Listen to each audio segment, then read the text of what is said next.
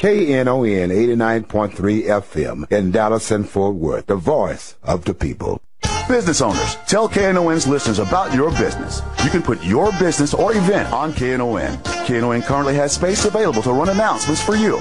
Tell KNON's listeners about your goods, services, nightclub, concert, or event. Help keep the voice of the people on the air while putting your information on the air.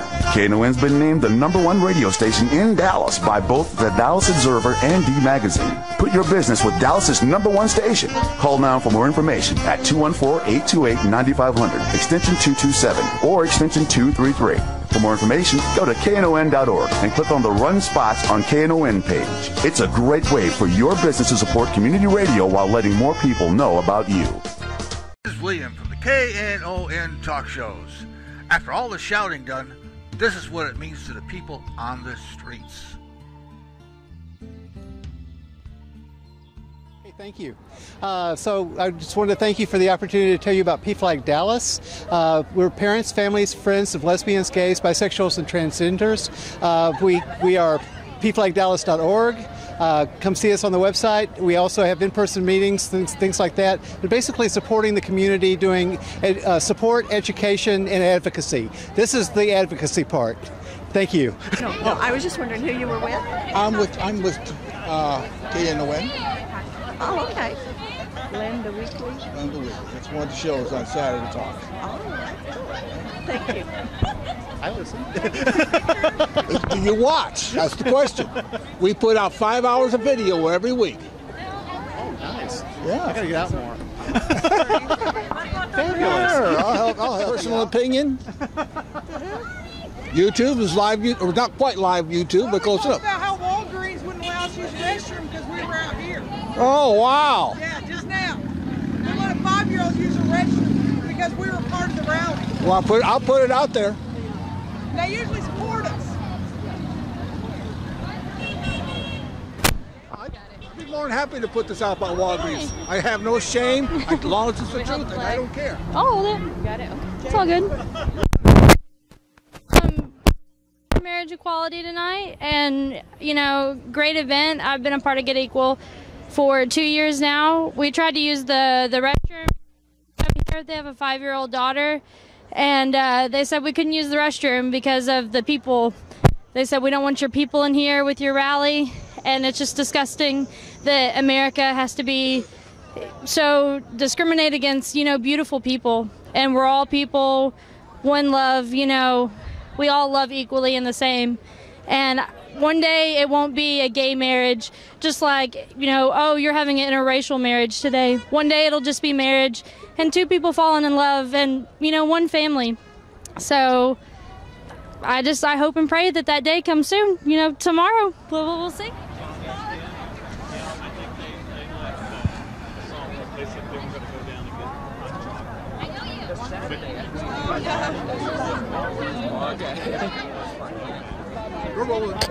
Oh, okay. Hey there. Tell us what's really happening here tonight. Well, we're at the marriage equality rally. We're waiting to, we're not really waiting to hear the decision. It's going to be a while before we hear the decision. As far as the Supreme Court of the U.S., will they be overturning DOMA and Prop 8? Hopefully they will, but we won't know immediately. But come on. I mean, if they can't see that it's an injustice, then we really need to just get rid of new Supreme Court. That's just ridiculous. Anyway, so we just wrapped up the rally over here at the Legacy of Love Monument on Cedar Springs with C.D. Curvin, Daniel Cates, some other great speakers. Really got everybody motivated. It's a great crowd. It's probably most people I've seen out here with rainbow flags and no Jell-O shots, though. But anyway, I'm Sister Lana, headed to San Francisco for the 34th anniversary of the Sisters of Perpetual Indulgence this week, and we'll be hoping for some marriage equality soon, even on the West Coast. My name is John Seelig.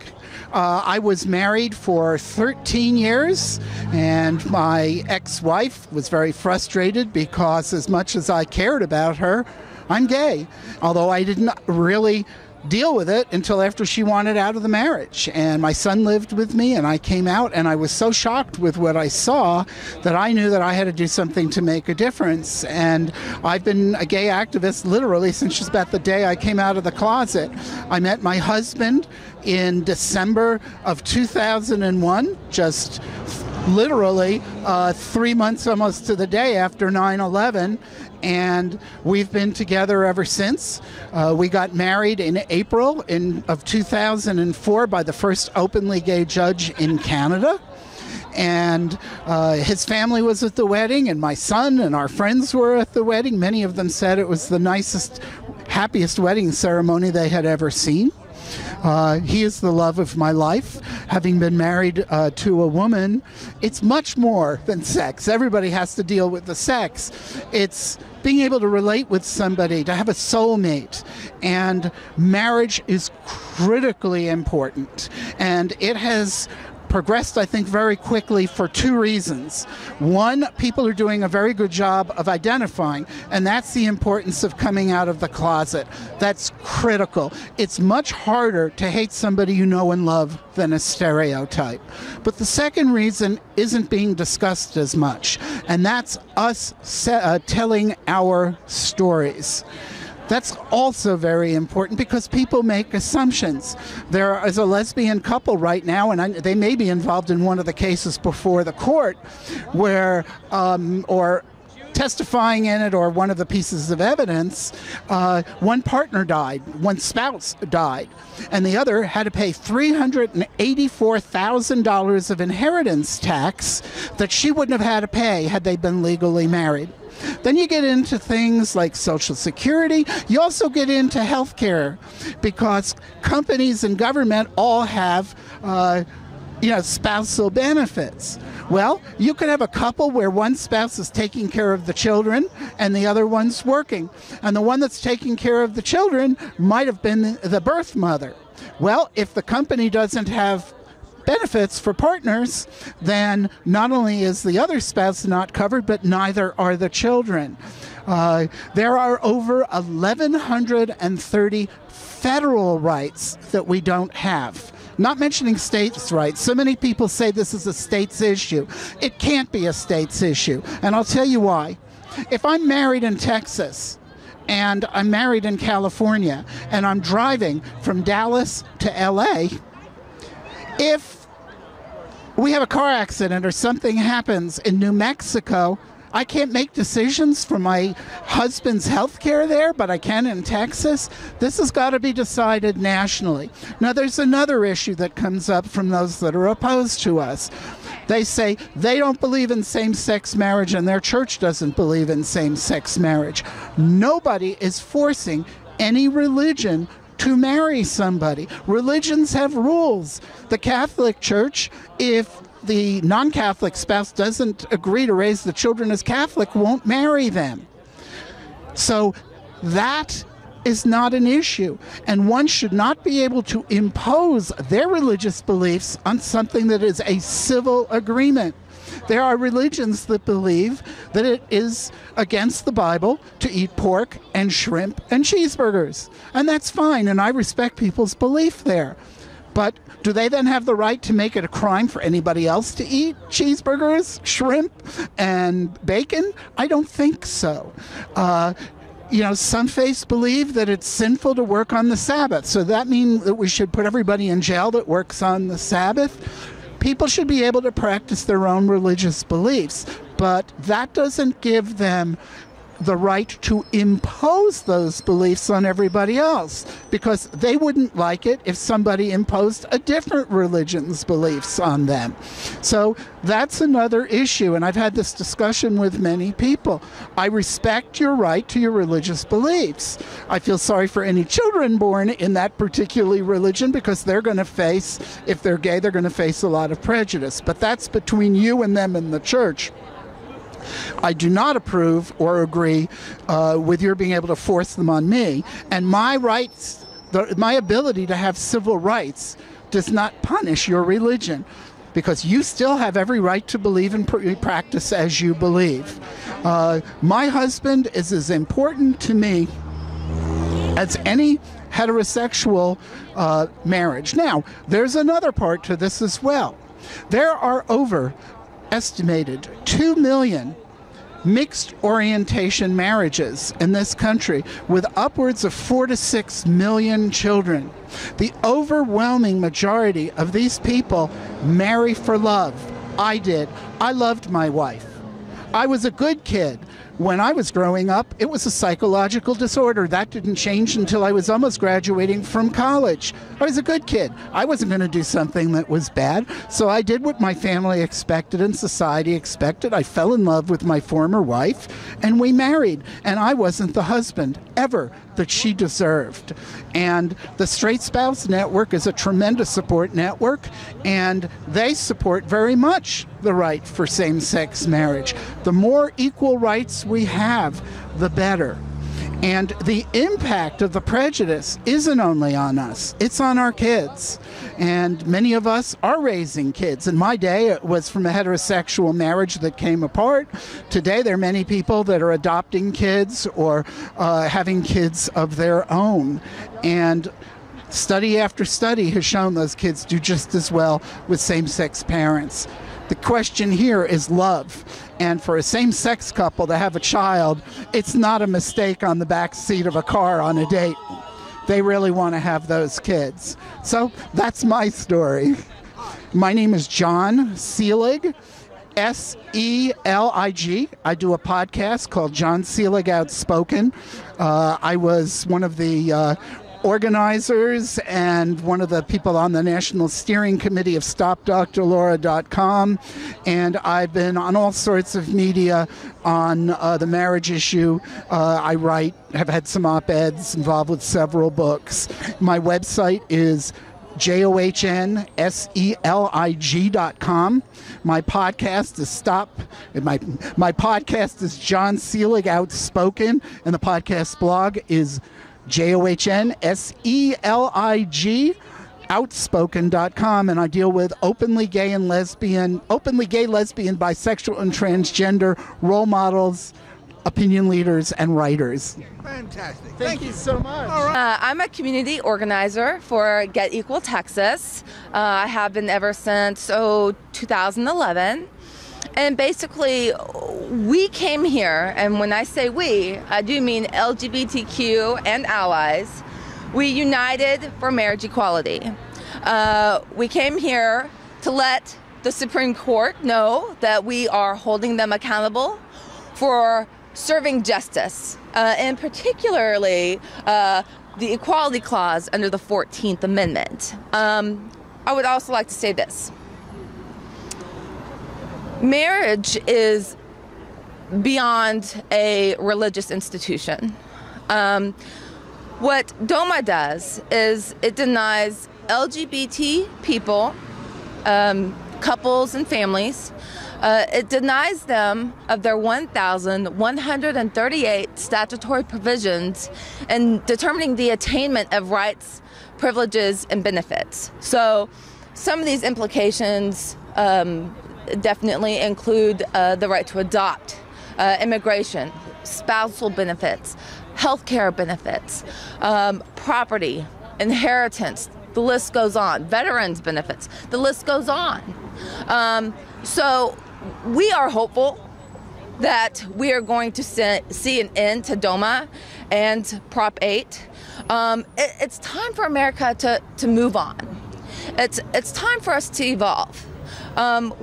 We all have LGBTQ friends, families, co-workers, peers, neighbors in our lives. In fact, LGBT couples live in 99.3% of all U.S. counties, okay? Now, same-gender couples are raising children in 96% of U.S. counties. You know what this means? This means that our LGBTQ friends and families are integrated in our society. It's important for us to stand up and defend our community, despite our sexual orientations or gender identities. That's really irrelevant. But one last thing, I would like to say that love happens between two souls. It's not bound by gender, race, ethnicity. It's a connection, a unit. And every single individual and all tax-paying citizens deserve equal rights, and that's full equality, marriage equality under the law and in society. It's time for our justice, respect, dignity, safety, and equality. I'll drop that off the table later. Okay. And I am a student at the University of North Texas pursuing my degrees in mathematics and political science. In a previous life, I was in the United States Navy from 2002 until 2008. I am currently the chair of the Texas Young Democrats Veterans Caucus. And the reason why I'm here is because to show my support for my family. I have gay family members on both sides of my family. They're within my age group. I'm also a very studious person of history. And I've asked myself this question: which side of history am I going to stand on when it comes to LGBT issues? I have a niece, and someday she's going to learn about the various civil rights struggles in our country. She's going to learn about the people who stood on the right side of history. And she's going to probably see the ugly side of history, of people who opposed it. And I want her to know that her uncle did everything within his power to make this a better world so that she doesn't have to fight these battles. Someday she's going to see, gay and lesbian people marrying each other without it being a big deal. No one's going to bat an eye about it one day. It's just going to become a, normal thing. I don't view myself as some kind of crazy. I'm not crazy person. I view myself as just a normal, average person who feels that certain groups of people in this country are getting a raw deal, and to me that's just not right. And also including with my family, I have quite a few gay, lesbian, bisexual, transgender friends. I have a friend down in Houston. She's a very passionate political trans woman. She and I pick football games every week, and she has kicked my butt. She has kicked my butt regularly. She's a diehard Houston sports fan. I swear, if Houston was to have a minor league dodgeball team, she would root for that. And and does it matter to me that she's trans? No, she's a great and wonderful person. That's all that matters to me. So pretty much that sums up why I'm here tonight, and why I'm here in general, because eventually we're gonna, as Sharon put it very eloquently, eventually this is gonna become a non-issue one day. It's a non-issue with me. And we have bigger things to worry about, roads, schools, the treatment of our veterans as we're winding down our overseas involvements, the environment. There's a whole myriad of issues that we need to be focusing on, and that's pretty much my spiel. Lobby day, and I realize.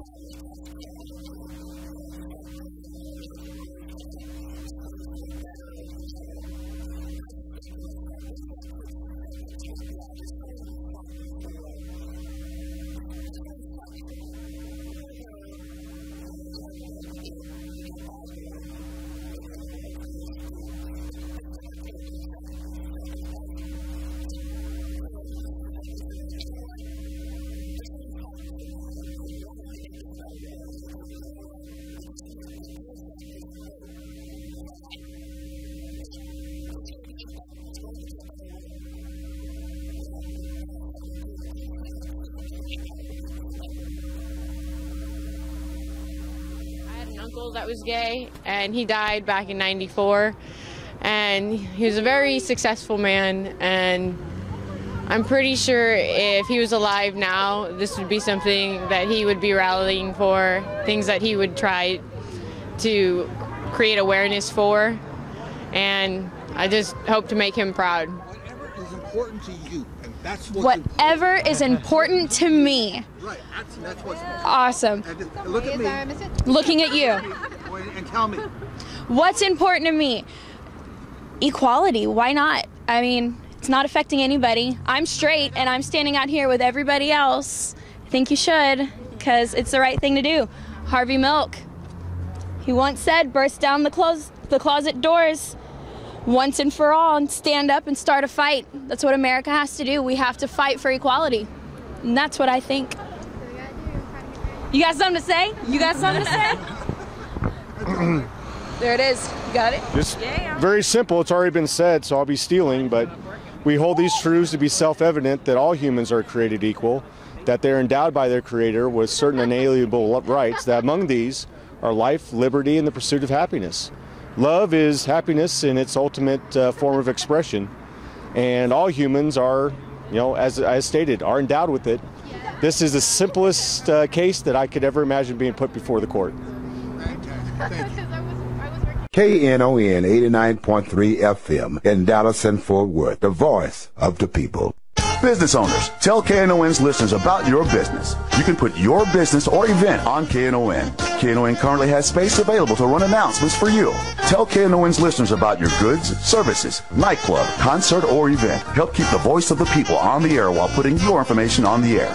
KNON's been named the #1 radio station in Dallas by both the Dallas Observer and D Magazine. Put your business with Dallas's #1 station. Call now for more information at 214-828-9500, extension 227, or extension 233.